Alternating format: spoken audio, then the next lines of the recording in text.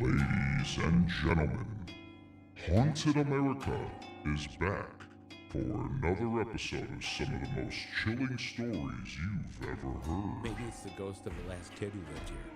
My immediate thought is this jail has to be on an old Native American land. And then one of the doctors thought it would be good for patient morale not to let patients see all the people that were dying.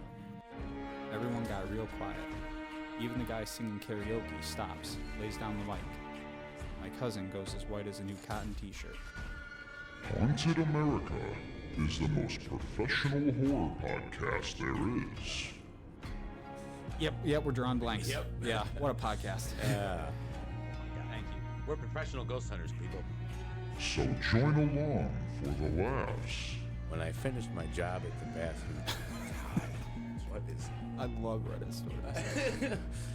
But stay for the horror and bone-chilling words they speak. As I turned the corner and approached the house, I sensed something strange in the air. Haunted locations, ghost stories. This is Haunted America. Ladies and gentlemen, welcome back to another episode of Haunted America. Before we get into the episode, I have to bring up a new show that I've been listening to. Hometown Has-Beens is a podcast where four friends that grew up together in a small town in northeast Georgia sit down and talk together and just discuss random things every week. It reminds me a lot of four friends just sitting around a campfire out in the woods, relaxing and talking about whatever comes across their mind. Yeah, all four of them now teach together at their alma mater and are now fathers who discuss their work, mistakes, life, and everything in between. Ben, Ryan, Chris, and Jason do a great job of making you feel like you're right there with them, joining in on the conversation. So go ahead and give them a listen via the links below if you guys think you would enjoy their stuff too. Remember, it's always better to be a has-been than a never was. Yes, ladies and gentlemen, welcome back to another episode of Haunted America. I am your host, Dalton Taylor, and I'm joined by my co-host, Jess Trapasso. and today we're going to be reading a few more Reddit ghost stories for you guys. Ooh, What was that? that was my ghost. Ooh. Okay. Without further ado, let's get right into it, huh?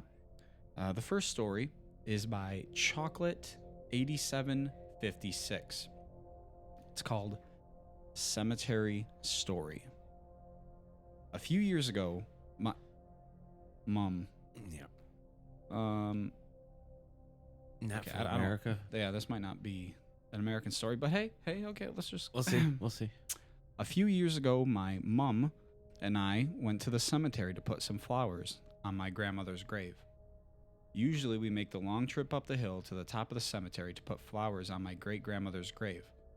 My great-grandmother's favorite flowers were carnations, but on this occasion, we didn't have any, so Mom decided we wouldn't bother making the long trek up to her grave. I had a weird feeling like my great-grandmother thinking, "You can't come here and not visit me." We would usually only go once a year on Mother's Day. I felt so bad, I said to my mom, "I'll just run up and visit the grave." Mom said, "Don't bother, we haven't got any flowers." But I said I would go anyway. As I was walking towards the grave, suddenly, I looked down and noticed that someone had dropped a green carnation on the ground.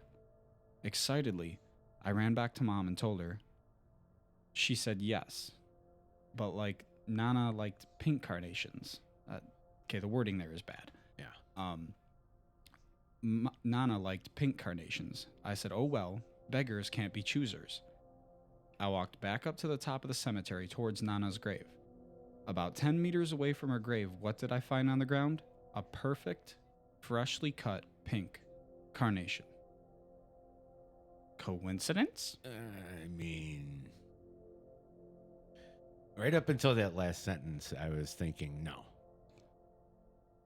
Freshly cut pink Freshly carnation. Yeah. Right up there by her Nana's grave. Yeah.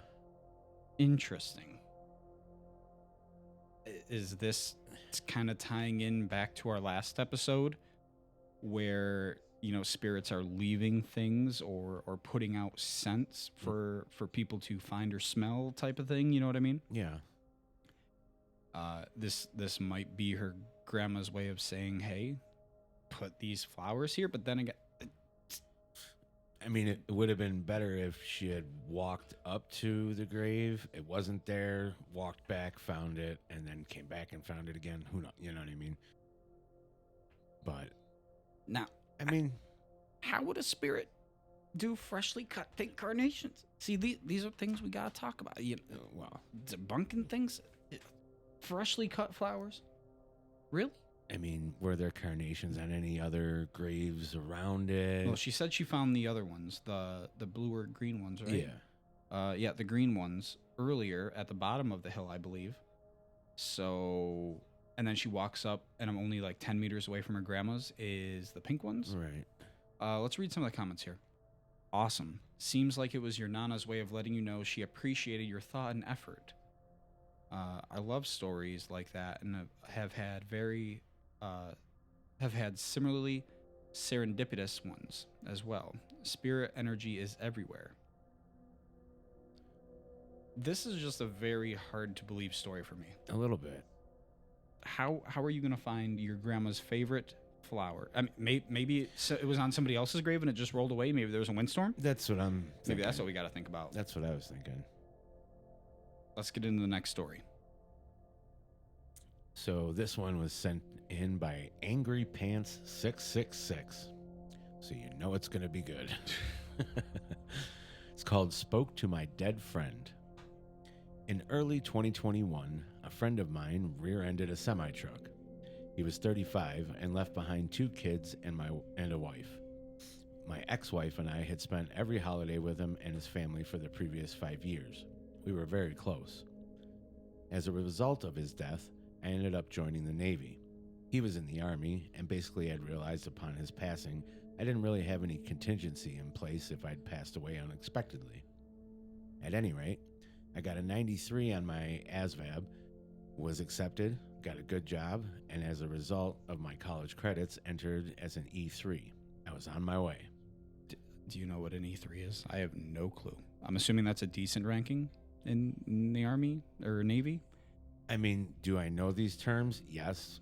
Do I know what they mean? Not necessarily, no. All right. But good job, man. A day or two after MEPS, I remember I was taking a nap on afternoon on a day off. During the nap, I remember having a dream I was driving around the highways around Denver, where I lived at the time. In the dream, my cell phone rang, and it was my friend calling me to congratulate me on joining the Navy, getting a good ASVAB score, etc. I asked him how he knew everything, and he said, "I can see everything up here," and said it like a UAV in Call of Duty. I told him I missed him, and he said the same, and that he loved me, and then I woke up. The funny thing was, I'd slept for maybe an hour, which isn't even long enough to dream as far as I understand. It felt so real, and I can still hear his voice from the dream. Anyway, that's my ghost story. Once again, this is another way of a spirit letting you know they are around. There are plenty of stories of people seeing loved ones visiting them via a dreamlike state or in actual dreams. Yeah. And this has to be one of those times. This is the most believable one yet. A recently passed on friend coming in to congratulate you on something that he basically did when he was alive. Mm-hmm. That's what I think of this story. And I think he's probably right about an hour in. You're not totally in A dream. REM Yeah. sleep, you know. So this definitely, to me anyways, is his friend's spirit coming to visit him and let him know that he's proud of him. And the fact that he, if this part's real, his passed on friend said to him in the dream, "I can see everything up here." Up here. Yeah, up here. Posted by 666. But, yeah. It makes you think Yeah. a little bit Yeah. of maybe what spirit sees after they're passed on. You Yeah, know what I mean? Said it was like a, what is that? A UAV. UAV. Do you know what a UAV is in Call of Duty? Yeah, it's like the overhead Yeah, and it like shows you the red dots of where the enemies are and stuff Right, like that in right. Call of Duty. So he was explaining to him what heaven was like. Just kind of being up in the air and Just looking seeing everything. That's kind of. Can you zoom in? Can you place beacons? Let's read some of the comments here. Dude, that is awesome. He was a true friend and he's always in your heart. He's watching over you. That's why he came to you to tell you that he's okay. You had a great experience. As much as this happened during a dream, this was real. Your friend checked out to send a message to let you know he's okay and watching over you. Cherish it. Huh. Just trying to scroll down here, read some more of these comments. First, I'm sorry for your loss, but also, this idea that an hour isn't long enough to dream is a load of crap. Jeez. Yeah, getting right to the point. Yeah, okay. I can have a dream right when I'm falling asleep, but I know this because sometimes they're so weird they wake me up after a few minutes. But also, the dead can come to us in dreams to give us messages or well wishes. I'm glad that you got that experience. Sure.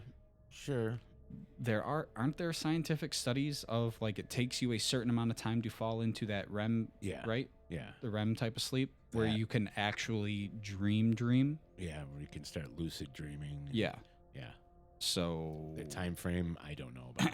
Shonda Marie 25.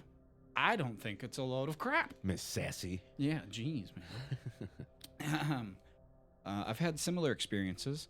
What I've learned is that the veil between mortality and immortality is pretty thin.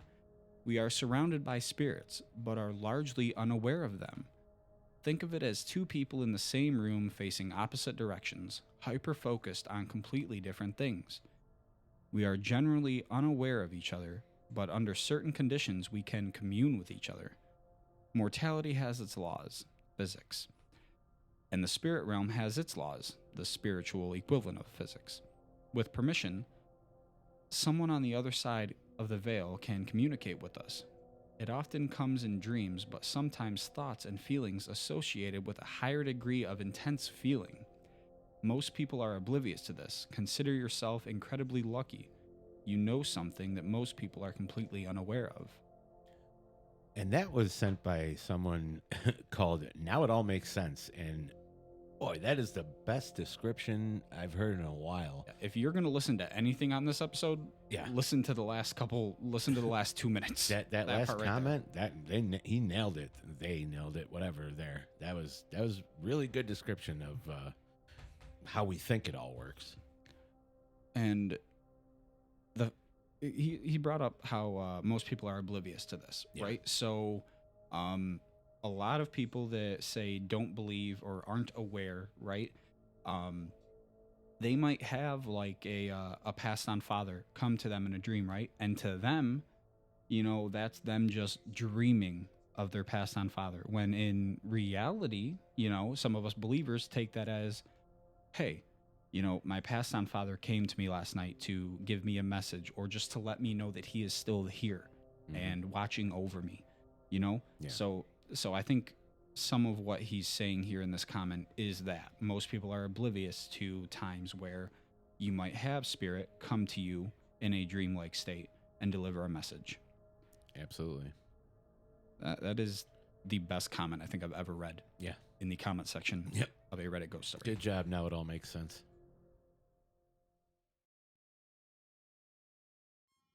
Thank you guys for joining us for another episode of Haunted America. I am Dalton Taylor. And I'm Jess Trapasso. If you have any ghost stories you would like to send to us to have read on the podcast, email us at hauntedamericapodcast@gmail.com. Until then, we will see you on the next episode of Haunted America.